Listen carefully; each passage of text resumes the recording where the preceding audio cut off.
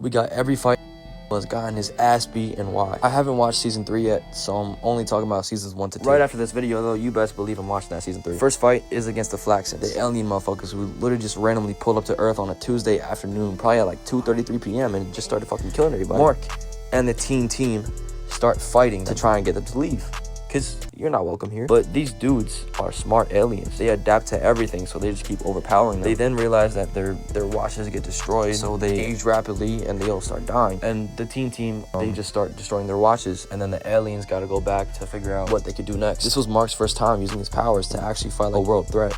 So it's pretty insane, because he didn't even do too bad. He's just getting used to his powers. And I don't know if you noticed about Invincible, but the more he gets his ass beat, basically, the powerful he gets. So then they come back, and they don't have the watches on anymore. They're in like protective suits, so they start like killing everybody again. And then they're trying to find a way to actually defend against these weird ass aliens. So Invincible eventually, like, he sees everybody getting his ass beat, and then he's the last one who's like, they have these lasers, right, and they direct them all towards Invincible. Then the alien dude starts laughing at Invincible. He's like, haha, you a bitch, you're getting bitched, you're getting jumped right now by the Akatsuki. And then Mark's basically like, man, fuck that shit. And then he goes insane and goes crazy. Then he fights the one laser, beats his ass. Then he fights the boss, beats his ass. And then Invincible kind of, he gets put down a little bit. And then Omni-Man comes and saves the day, and we all know what happens in the next scene. The reason Invincible lost was because he's getting used to his powers, and this was his first ever fight. So I mean, even if he's with a team that's like experienced in fighting, he still lose, obviously. And I'm not gonna cover like every individual little fight. I'm gonna cover like all the big events. Next, we got the Battle Beast fight. Well, he was fighting like a bunch of supervillains, but the main one was Battle Beast. He's just getting jumped by everybody, right? He's trying to hold his own, and he's not doing too bad, to be honest. Like, I'm surprised that he's holding it like this far, because he just got his power, so he's still very weak. The team shows up, right? They end up not doing jack shit, so they all get their ass beat, and Invincible turns into a fucking Beef Wellington by Battle Beast. Battle Beast is like, think of him as like one of the strongest characters in the Invincible universe, equal with Omni-Man. Speaking of Omni-Man, actually, bro was literally watching when this happened. Like,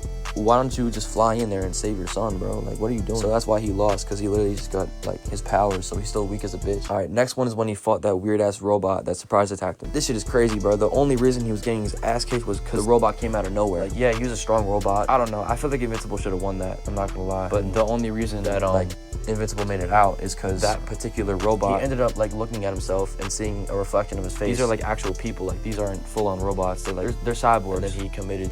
All right, next up we got that Omni-Man fight. I really don't got to explain this one. I'm gonna just play a clip or two. Yeah, so next fight, let's talk about the Anissa fight. He got demolished. Why? Well, because Anissa's fast as a bitch, and she probably got as much experience as Omni-Man. You would think that after the Omni-Man fight, Mark would be a lot more powerful, but even though he is, he's still not on par with like a skilled Viltramon. Hey, bro, we'll see what happens in the season 3 though. You know what I'm saying? Subscribe.